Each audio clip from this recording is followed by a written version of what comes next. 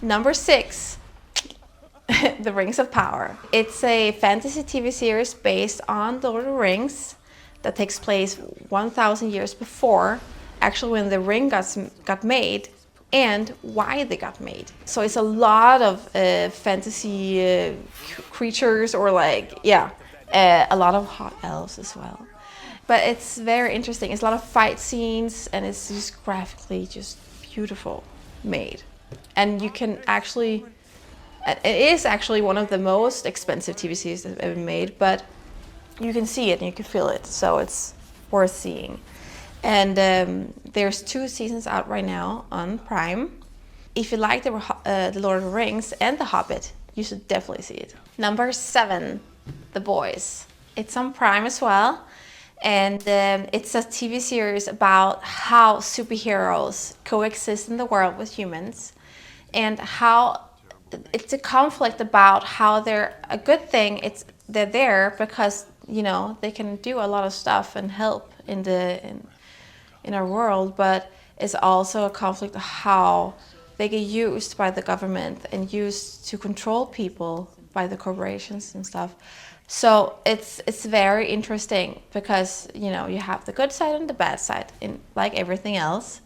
And it's fun as well because they have a lot of fun, like, you know, quirks about it. How would they have sex, and how would they live in this world with, you know, normal people, and how can they, you know, if it's a very fast person or very hot, like flaming person, I mean, you know, obviously they're gonna lit things on fire or run through people or whatever. No spoilers. And but it's fun, and I mean, they have a lot of B celebrities, I would say, in there that you've been seeing before, but they're not that famous. But it's fun because, you know, like, oh, that's the guy from Gossip Girl or whatever, you know, so it's fun. They actually have 4 seasons out right now, so you can watch a lot of it for a start. And yeah, the next season, season 5, is coming out 2026. So yeah, must watch The Boys on Prime. Number 8, Tulsa King. It's Sylvester Stallone doing his, I think it's his first TV series. Well, these days. He's in his 70s, and he's looking good. Like, good for being 70. Like, I think it's 75 in the TV show.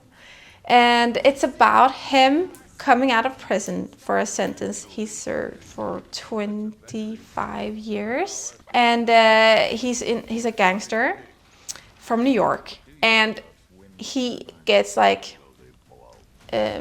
sent away to Tulsa to run their gangster business over there. Tulsa in Ohio, by the way.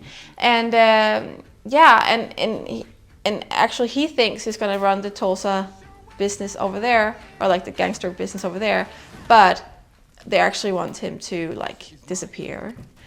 But he makes it like his own little town, and he gets his own new friends that's gonna make his own little gang. And, you know, it's not the typical types he chooses. Like, he's not choosing the gangster, the dangerous ones. He's actually choosing like the soft and the cute and the goofy and the nerdy ones, and how he interacts with these young people, the modern world, because he haven't been outside of the prison for 25 years. So it's very interesting how he's not adapted to this modern world with new technology and, you know, weed stores that they have in USA. And it's very fun, and it has a lot of fun quirks and scenarios, and how his background story comes back to haunt him, and yeah, and how he's trying to move on and connect with his family and his daughter. And yeah, it's cute and fun, and yeah, as well, very empowering in some kind of way, I would say. But yeah, it's a good series, and it's on Prime Showtime. Number 9, Halo. Halo is a TV series based on a video game as well, that I never played, but I've heard of it. And it's based on, it's like more space, like different planets and universe as well.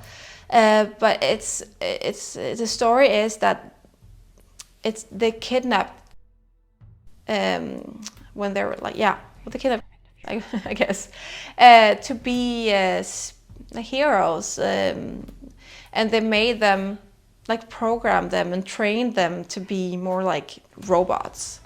They don't have any feelings, and they're there to just save the world, I guess, or save that universe world, to yeah, and help out. And it's cool because the robots, they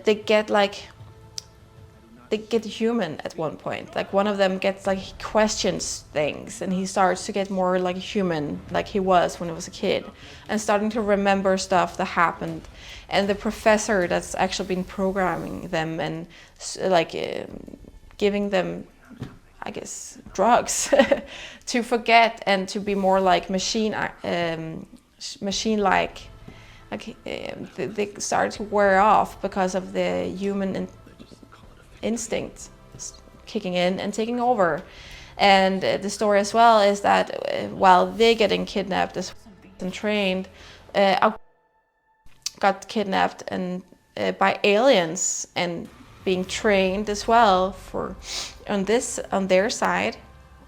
And at one point, of course, the one main character of the robots is meeting this girl from the aliens, and you get like a cute love story as well as a conflict between her, because she wants to be like, she's a spy, and you know, so they're like a conflict about, like, he's on one side and she's on the other side, and you know, it's a little cute love story. Number 10 is House of Dragons. It's a TV series based on Game of Thrones, but it exists long before Game of Thrones, actually. And it's about the Targaryens, I think the background story of the Targaryens. And there's a lot of where the dragons are. There's a lot of dragons, and they're like currently like existing in the world, and it's normal, I guess. And yeah, it's just how, you know, how Game of Thrones, like the universe got made at that one point. And it's a lot of fight scenes and a lot of dragons, a lot of sci-fi and this area. And you know, it's cool. It's drama between the different houses and the kingdoms as well, like Game of Thrones, but it's not as good as Game of Thrones, I think. But yeah, it's good enough to see, I think. So yeah.